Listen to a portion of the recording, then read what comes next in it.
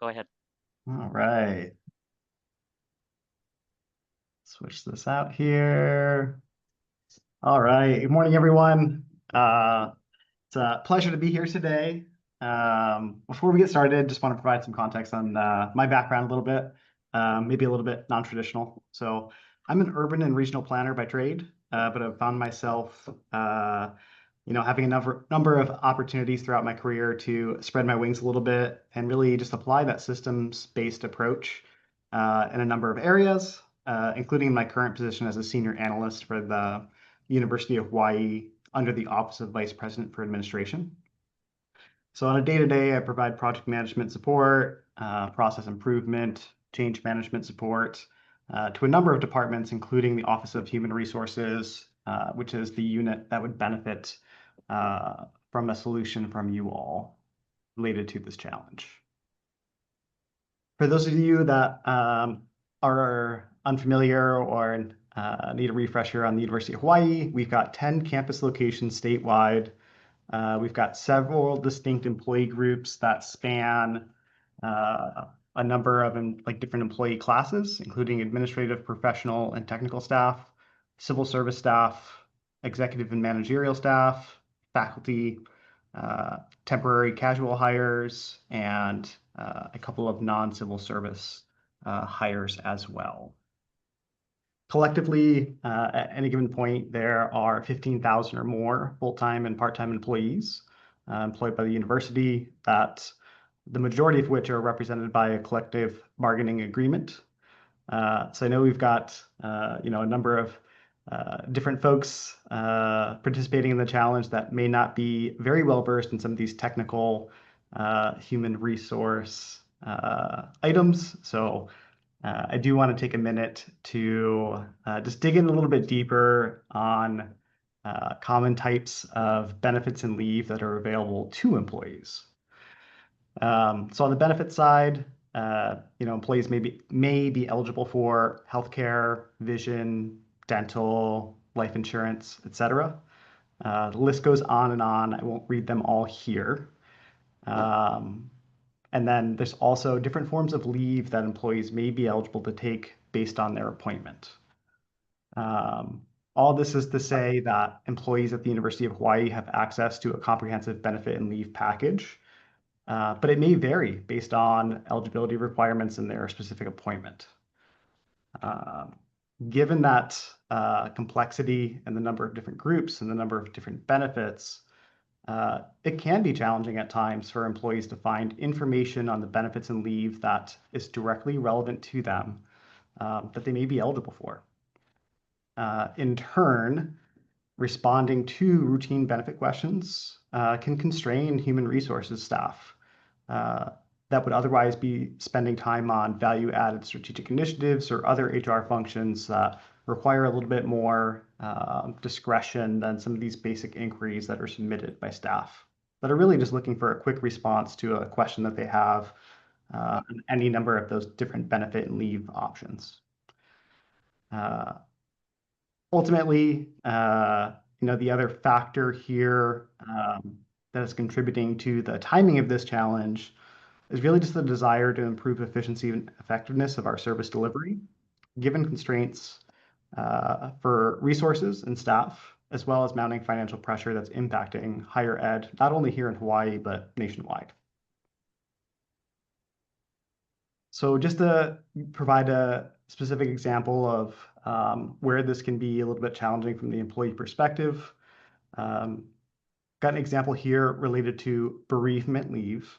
And for those of you that are unfamiliar with bereavement, that's really time that is available to employees where they may be able to take time off following the death of an immediate family member.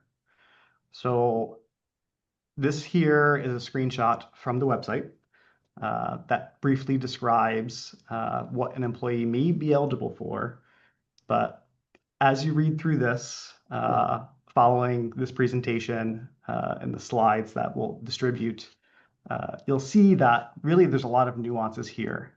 Up front, it says that there's 3 days of leave available within a reasonable period of time for the death of an immediate family member.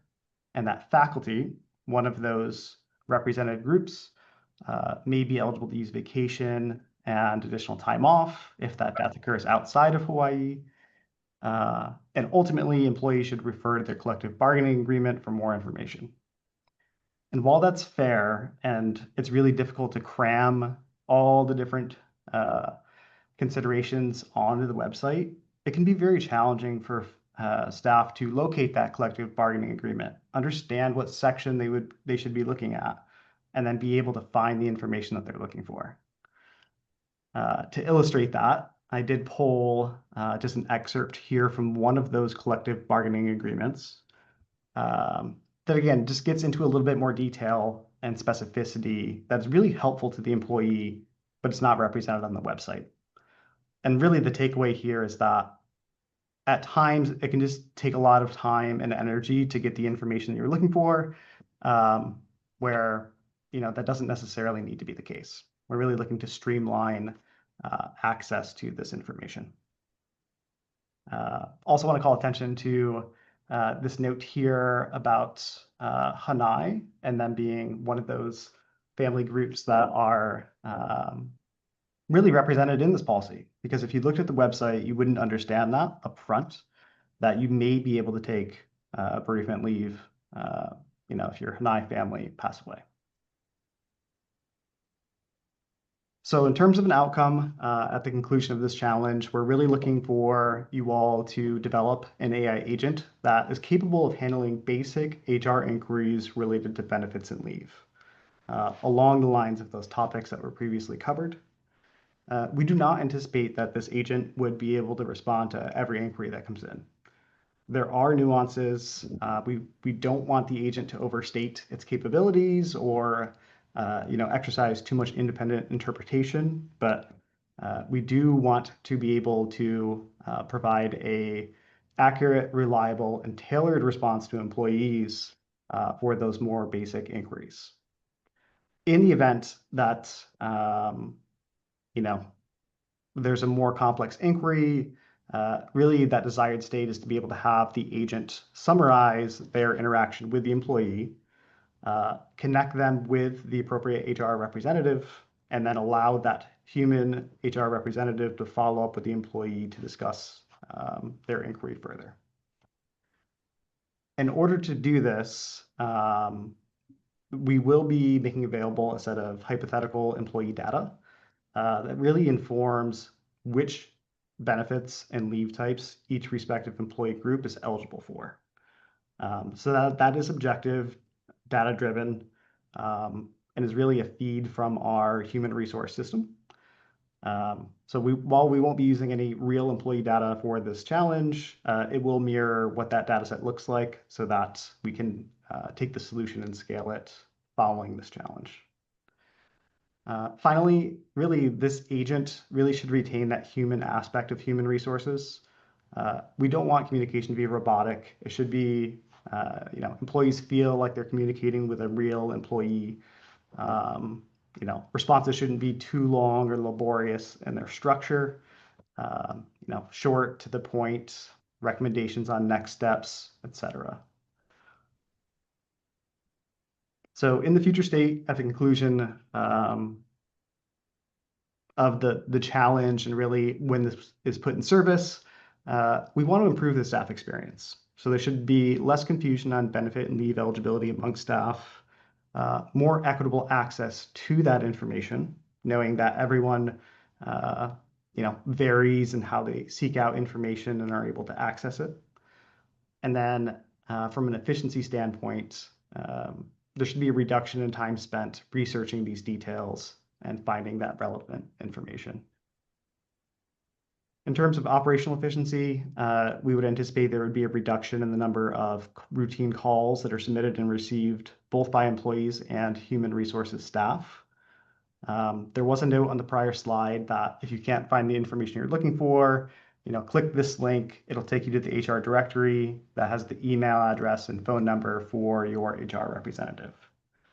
So currently, there are a large volume, again, of emails and phone calls regarding these basic inquiries that we would like to proactively address with this solution.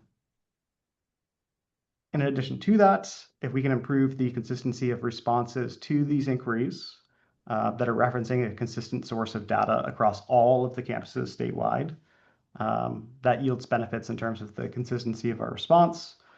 And then on the HR side, we hope to free up resources to support additional continuous improvement efforts that may be separate but related to this, just given some of those resource constraints that I noted. Organizationally, again, we want to work towards having consistent policy and procedure interpretation and communications to staff. We want to improve our business intelligence and data analytic capabilities by, again, pulling some of these communications out of email and phone and having a more effective way to quantify the number and type of inquiries that are coming in. And also to whom? Like, are there consistent questions at one location or another? Where access to information at one of our sites, again, maybe a little bit less accessible. So again, like just trying to improve the richness and quality of the data to be able to measure and improve in certain areas. And finally, if this is successful, we'd be looking to scale this solution and apply a similar approach in other areas, whether that's procurement, the finance side, budgeting side, having a similar type of agent that is able to engage staff, answer common questions, and really help them understand how the University of Hawaii does business. So in terms of requirements, really this AI agent must be accurate and reliable. Responses should be objective and matter of fact and tailored to the employee based on criteria that are derived from their personnel record. And responses should also cite sources from where information is pulled. We want that to be very transparent. And we also want the agent to be upfront that it appears that an employee may be eligible for certain types of benefits, either based on the information that's derived from the personnel record or the information they provide. It should not overstate its capabilities or suggest or interpolate that an employee is definitively eligible. We would like to leave that up to the human resource representative to make that determination. So it's really meant to get an employee close to having an answer, but not cite some of the data that's being derived from the system per se. Recognizing that some of these documents may change, the agent should be easy to maintain and train. Every couple of years, the collective bargaining agreements that inform what benefit and leave options are available to employees may change. So we just want to make sure that the data indexed is able to be kept up to date and that the responses continue to be accurate. The solution should be scalable and affordable. At any given time, this agent could be used by dozens of individuals. On any given day, there may be hundreds of users, and each month, that could reach into the thousands or tens of thousands of engagements with the agent. Again, to reiterate, we're looking for communications to be engaging and authentic with the agent, to retain that human element of human resources. And ideally, we'd like the agent to be able to integrate with Microsoft 365, as we're also considering some ticketing type solutions for the Office of Human Resources, and are looking to have an integrated solution in that regard.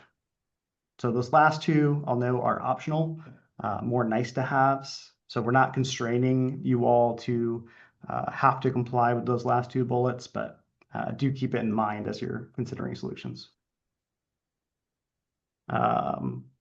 We do not want the solution to overstate its capabilities. Again, the scope of support that is available from the agent should be clearly stated upfront as part of that initial engagement. We do not want the agent to produce any false or misleading information or hallucinate. It should not speculate or infer if there's not a clear answer to a question that the employee raises. And if there's any doubt, the agent should offer to connect the employee with their HR rep for further assistance.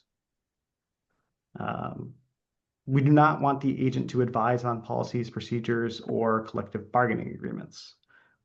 responses really should just be in a way that are helping the employee understand what they may be eligible for, cite the appropriate resources, and provide them with next steps that they can take to get an answer to their questions if there's any doubt or nuance to what they may be eligible for.